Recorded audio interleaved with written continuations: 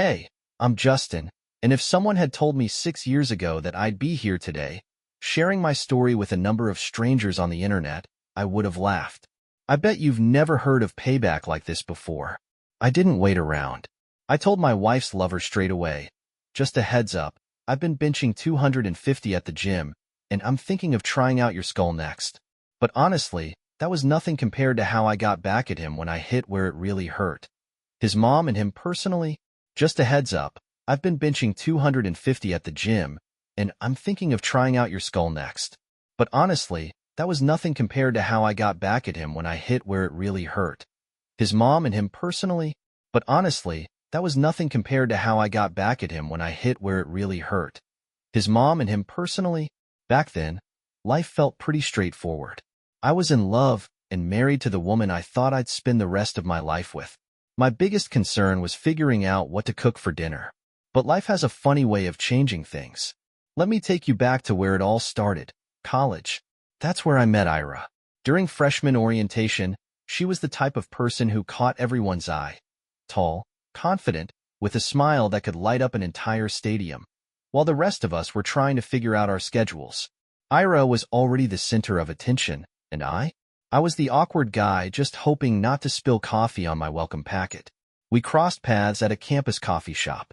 She dreamed of becoming a fashion influencer, traveling the world, and wearing designer clothes. At the time, I thought it was a bit much, but her passion was so contagious. A few years later, we were married. Our wedding was straight out of a Pinterest board, twinkling fairy lights, mason jars with handwritten name tags, and Ira looking stunning in her lace gown. I honestly thought I'd hit the jackpot. Little did I know, that dream was about to turn into a nightmare. In the beginning, things were perfect. Ira worked hard on growing her Instagram following while I focused on my career as a software engineer. She spent hours planning photo shoots, editing content, and networking with other influencers. When her account started gaining traction, I couldn't help but feel proud. Watching her land her first big brand deal felt like we'd won the lottery. But here's something they don't tell you about social media fame. It's a double-edged sword. As her follower count grew, so did her ego. Suddenly, everything was about the brand. Our date nights turned into content creation sessions and vacations. Forget about relaxing. They became photo shoots with sunsets and overpriced cocktails. And if I dared suggest that we just enjoy the moment, well, that was out of the question. I kept telling myself it was just a phase. She was working hard, chasing her dreams. But deep down, I could feel things slipping. The girl I fell for, the one who laughed at my silly jokes and ate cheap ramen with me during finals, was slowly being replaced by someone obsessed with likes and followers. And then came the gym. At first, I was all for it. Good for her, I thought. She wanted to stay fit and healthy. But soon, the gym became an obsession. She started hanging out with a new group of friends, young, single, and way too eager to drag her out to bars and clubs. They called themselves the Fit Queens. I called them trouble. That's when everything started spiraling. She'd come home late, smelling like tequila and cheap perfume, laughing at something on her phone. Just girls' night, she'd say, brushing me off like I was an overprotective parent. Maybe I should have pushed harder back then, but I didn't. Here's the thing about me. I don't like to brag, but I'd say I've done pretty well for myself. After college, I got a stable job as a software engineer. By the time Ira hit her big break with her influencer career, I was already moving up the ladder, earning 6 figures and saving for the future. Stability was important to me. While Ira dreamed of designer handbags and luxury vacations, I focused on making sure we'd never have to worry about bills or an emergency fund. I guess that's where we differed. Success didn't go to my head. I was still the same guy who'd splurge on an extra-large pizza and call it a good day. But for Ira, every dollar was just another step toward the next big flex. And trust me, there was always a bigger flex. As Ira's world grew shinier and more extravagant, mine stayed grounded. I'd work long hours and come home to find her giggling on a live stream with her followers, talking about the latest skincare trend or unboxing another package of free designer clothes. At first, I was happy for her. Who wouldn't be proud to see their spouse succeed? But then it started feeling excessive. Let me paint you a picture. One evening, after a 12-hour shift fixing bugs that weren't even mine to begin with, I came home to find the entire living room turned into a photo studio. Tripods, ring lights, everything. The living room looked like a scene from a low-budget fashion shoot. Half a dozen outfits were scattered across the floor. "Hey, babe, can you help me with this lighting?" Ira called out without even glancing up from her phone. I bit my tongue. I didn't want to argue, so I just said, "Sure," and set my bag down. What I really wanted to ask was, can we just have a normal dinner for once? That was the night I realized we were living in two completely different worlds. My world was all about spreadsheets and deadlines. Hers? Hashtags and DMs. Somewhere along the way, we stopped meeting in the middle. The gym obsession didn't help either. Ira's new Fit Queen group started pulling her away more and more. At first, it was just workouts and smoothies. Then, it was brunches. And after that, it turned into late nights out that stretched into mornings. The stories she'd come home with? Let's just say they weren't exactly reassuring. "Oh my God, Justin, you should have seen the bartender last night. Total eye candy," she'd gush, not even realizing how it sounded. "Sounds fun," I'd reply, forcing a smile. But inside, I was screaming. Who talks like that to their husband? And then came the phone call. It was late, probably around midnight, and I was in our bedroom, scrolling through work emails. Ira was in the living room, her voice carrying through the thin walls. I wasn't trying to eavesdrop, but when you hear someone say, "You're just so much fun to talk to," it catches your attention. I froze. I strained to hear more. "Yeah, he's fine. Just, boring sometimes.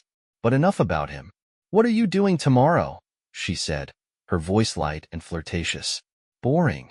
She was talking about me, wasn't she? She already told someone else that she's bored, too. The guy who worked his ass off to make sure she could chase her dreams without worrying about rent or groceries. If this was what I thought it was, I couldn't confront her without proof. So, I decided to check her phone. I'll admit it. Sneaking around like that made me feel like a villain. Ira went into the shower and left her phone on the nightstand. My heart raced as I reached over and grabbed it. I didn't even know if I'd find anything, but something inside told me I would. Unlocking her phone was easier than I thought. She wasn't exactly a tech expert, and her passcode hadn't changed in years. The moment the screen lit up, guilt hit me. This was her private space, her world. But then I reminded myself that she had already broken my trust. I wasn't invading her privacy. I was uncovering the truth. I went straight to her messages. And there it was, staring me in the face, a group chat called Fit Queens Unite. The messages were graphic, full of emojis, and planned late-night hangouts. Then I saw one from Ira, sent earlier that night. Honestly, he has no idea. I'm too beautiful to be tied down like this. I deserve to have fun. And if that means a few harmless nights, so be it. My hands shook as I kept reading. Justin's so boring sometimes. Like, I know he's a good guy, but I didn't sign up to waste my prime years being a housewife. I want excitement. Attention. I missed out on my whole phase, and it's time I fixed that. There were laughing emojis, and more messages from her friends hyping her up, even encouraging her to upgrade if she wasn't happy. One of them even said, "Girl, if he's boring, why not upgrade? You're a total catch."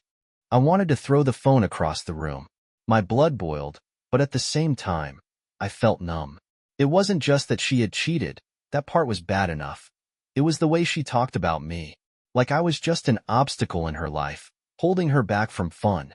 At some point, I snapped out of it and started taking screenshots. I wasn't sure what I'd do with them yet, but I knew I'd need them. That's when I found it, buried in her chat history, a conversation with someone named Ryan. I opened it, and it was worse than I expected. Flirty texts, inside jokes, plans to meet up, and then pictures. Nothing explicit, but enough to make it clear this wasn't just a casual friendship. I felt sick. My hands were shaking so much that I almost dropped the phone. How could she do this to me? After everything I'd done for her, everything I'd sacrificed to support her career, this is how she repaid me. Sneaking around with some guy who probably didn't know the first thing about commitment? That's when I heard her footsteps. I quickly locked her phone and put it back on the nightstand, then lied down and pretended to scroll on my own phone. She walked in, humming some tune like everything was fine, and climbed into bed without even looking at me. "Good night," she said, casually turning off her lamp. I didn't reply. I couldn't. My mind was spinning. I knew I couldn't keep this to myself for much longer. The truth was out. The next morning felt like I was stuck in a nightmare. Ira was acting like her usual self, bright, bubbly, humming along to some pop song while making her morning smoothie. But every time she flashed me that perfect smile, all I could think about were those texts, the betrayal, the way she mocked me. I couldn't even look her in the eye without feeling sick. I spent most of the day at work, just going through the motions while my mind replayed everything over and over. I knew I couldn't let this go on. Confronting her was inevitable, but I wanted it to be on my terms, when I was ready. So, I waited. That night, she came home later than usual, smelling like tequila and that overpowering vanilla perfume she loved. Her cheeks were flushed, and her laugh was just a little too loud. Had fun with the girls? I asked, trying to sound casual. Totally, she answered, dropping her bag on the counter. We just hit a couple of bars. Nothing crazy. I nodded, holding back the urge to throw Ryan's name at her right then and there. Instead, I waited until she went into the bathroom. That's when I noticed her phone buzzing on the counter. A message popped up. Ryan missed me yet? And then, something in me snapped. Before I could even think twice, I grabbed her phone, opened the chat, and started typing. Hey, Ryan, I wrote. Just a heads up, I've been benching 250 at the gym, and I'm thinking of trying out your skull next. I paused, a smirk spreading across my face. This felt oddly satisfying. I added, also, if you think sneaking around with someone else's wife makes you a man, you're in for a rude awakening. You're not a man, Ryan. You're just a protein shake with legs. I hit send. His reply came almost immediately. Whoa, heavy. Nope, I wrote back. Just her boring husband. You know, the one paying the bills while you play Romeo at the squat rack. I was about to write more when I heard the bathroom door creak open behind me. What the hell are you doing? Ira's voice pierced the air like a knife. I froze, my thumb hovering over the keyboard. She was standing in the doorway, her face a mix of shock and rage. Her damp hair hung at her shoulders, and she was still holding a towel. But all her attention was on the phone in my hand. Well? I asked, turning to face her. Look who decided to join us. Would you like to explain why your little gym buddy thinks it's okay to send you messages like that? Her face turned pale. Give me my phone, Justin.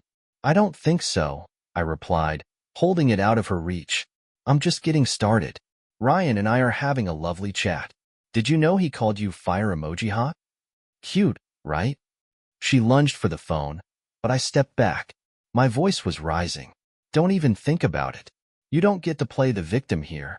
How dare you go through my messages? She snapped, her voice shaking with anger. That's such an invasion of privacy.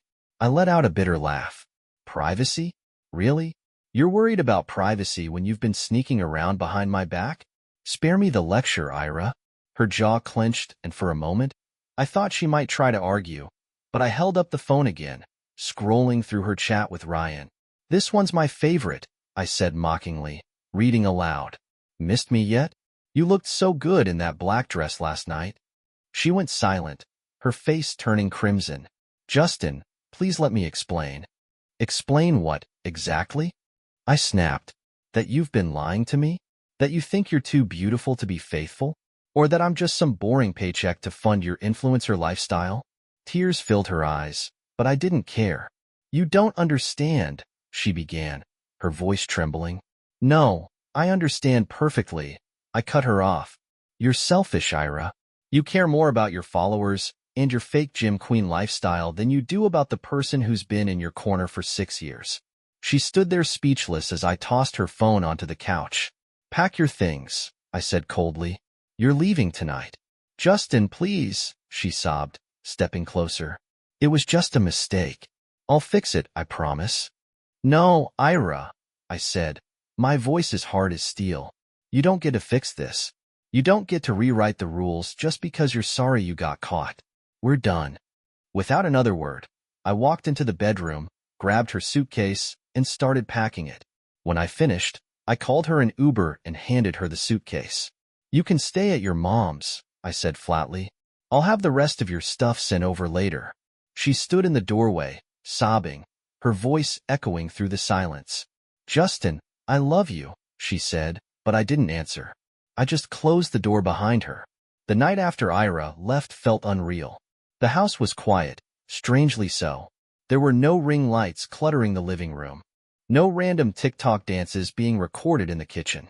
For the first time in years, the place felt empty. I had the place to myself, but instead of feeling relieved, I felt empty. However, I wasn't about to let that stop me. If there's one thing you should know about me, it's that I don't crumble under pressure. Ira might have broken my trust and shattered my heart, but I still had my self-respect. The next morning, I made 2 phone calls, one to a lawyer and the other to my best friend, Levi. "You did what?" Levi almost choked on his coffee when I told him everything. "You kicked her out? Just like that?" "Damn right I did," I said, pacing in my living room. What else was I supposed to do? Sit here and pretend everything's fine while she's out there flirting with some gym guy? Levi let out a low whistle. Man, I knew she had an ego, but this is next level.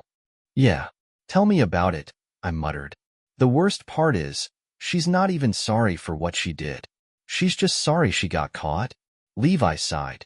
"Well, if you need help moving her stuff out, let me know. Or if you want me to slash Ryan's tires, I'm your guy." I actually laughed for the first time in days. I'll keep that in mind. The call with the lawyer wasn't as funny. Apparently, divorcing someone like Ira wouldn't be as simple as just kicking her out. She had rights, and if I wasn't careful, she could come after a good chunk of my savings. "Do you have any documentation of her infidelity?" the lawyer asked. "Plenty," I said, thinking about all the screenshots I'd taken. "Text messages, group chats, you name it." "Good," he said. "That'll help. But we need to be strategic. If she's as self-centered as you say, she might try to paint herself as the victim." I groaned.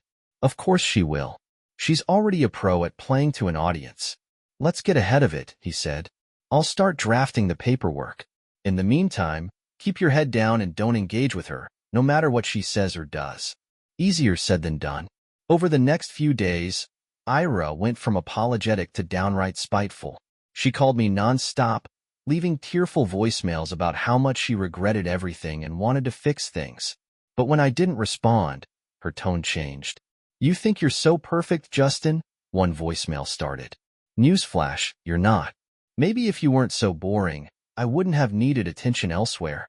By the end of the week, she had taken her grievances to social media. Of course she did. Her Instagram was flooded with cryptic posts and photos of sunsets with captions like, "When love turns to control, it's time to set yourself free." Don't even get me started on her stories. Snippets of sad love songs, pictures of wine glasses, and vague complaints about how some people just don't know how to appreciate a strong woman. At first, I ignored it. But then one of my coworkers sent me a screenshot of a post that nearly made me spit out my coffee. It was a selfie of Ira looking teary-eyed, her hand dramatically clutching her chest. The caption read, "Betrayed, abandoned, and left to rebuild. But a queen always rises. Independent woman. New beginnings." The comments were a mix of sympathy and skepticism. Her followers didn't know the full story, but some of them were starting to question her version. One comment stood out, "Wait, didn't you cheat on him?" That's when I realized I had the upper hand. Ira's entire life revolved around her image, and right now, that image was cracking. A week later, she was finally served with divorce papers. I wish I could have seen her reaction, but I had Levi drop them off at her mom's house for me. According to him, she didn't take it well.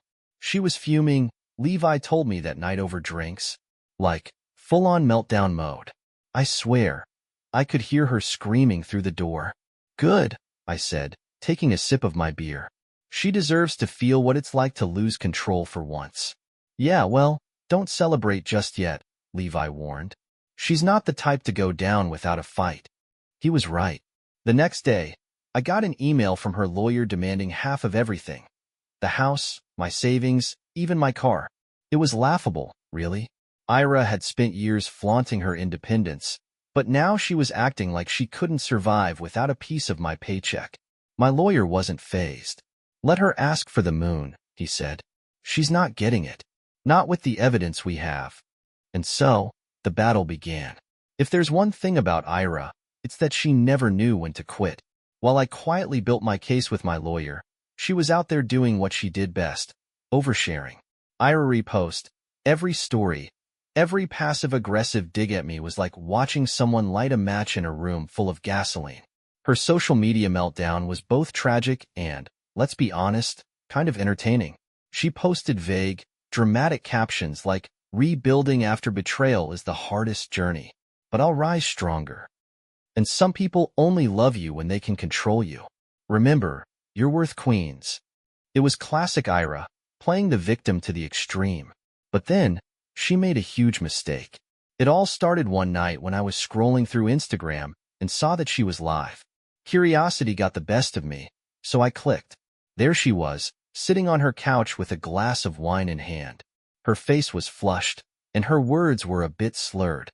"You know," she started, tossing her hair dramatically, "people think they know me. They think they know my story. But let me tell you something, they don't." I cringed. It was like watching a slow-motion train wreck. "My ex, well, soon-to-be ex, he's just so boring," she continued, swirling her wine glass as if she were in a soap opera. "Like, yeah, he's a good provider or whatever, but where's the passion? Where's the fun? I deserve someone who makes me feel alive, you know?" The comments section was blowing up. Some of her followers were eating it up, sending hearts and fire emojis, but others weren't so convinced. "Girl, wasn't he the one paying all your bills? Didn't you cheat on him, though? Maybe focus on yourself instead of blaming him." I almost felt bad for her. Almost. Then, she said something that made my blood boil. Honestly, she slurred. "If I'd known he was going to react this way, I wouldn't have bothered sneaking around. Yeah, I made a mistake, but who hasn't? He just couldn't handle a woman like me. That was it." I closed the app and called my lawyer. The next day, we added her live stream to the pile of evidence we had. Between the screenshots, the texts, and now her public admission, we had more than enough to paint a clear picture of who she really was. My lawyer assured me her antics were only helping my case, but Ira wasn't done yet. A few days later, I got a frantic text from Levi. "Dude, have you seen her latest post?" I opened Instagram and almost choked on my coffee. There it was, a picture of Ira posing in front of the gym. Her caption read, "A masterpiece of self-pity and delusion. They say, you don't know what you have until it's gone. But sometimes what you lose wasn't worth keeping." Starting fresh. Leaving the toxicity behind and focusing on me. It wasn't the caption that got me. It was the comments. Wait, didn't she cheat on her husband? Is this the same guy who bought her a car? Toxic. Her followers were starting to turn on her. The image she'd worked so hard to build was unraveling. And the best part? She did it to herself. By the time we went to court, Ira was a shadow of the confident woman she once was. Her confidence had cracked under the weight of public scrutiny and financial strain. She'd lost some sponsorships because of her oversharing, and her lawyer's demands were getting more desperate by the day. The judge, however, wasn't having any of it. Between the live stream, the screenshots, and her obvious lack of remorse, it didn't take long for the court to rule in my favor. Ira got to keep her car and a small savings account, but that was about it. I walked away with my savings intact, full ownership of the house, and a clean break from the circus she called a life. When the ruling came down, Ira shot me a look I'll never forget. Part anger, part disbelief, and maybe just a hint of regret. But by then, it didn't matter. I was done. That night, Levi and I went out for drinks to celebrate. "To new beginnings," he said, raising his glass to peace and quiet. I clinked mine against his. It felt good. No, it felt great. The weight of Ira's chaos was finally off my shoulders, and I was ready to start over, this time, on my own terms.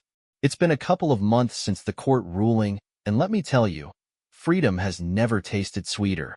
The house, once filled with Ira's endless clutter, ring lights, stacks of delivery boxes, and random workout gear, is finally mine again.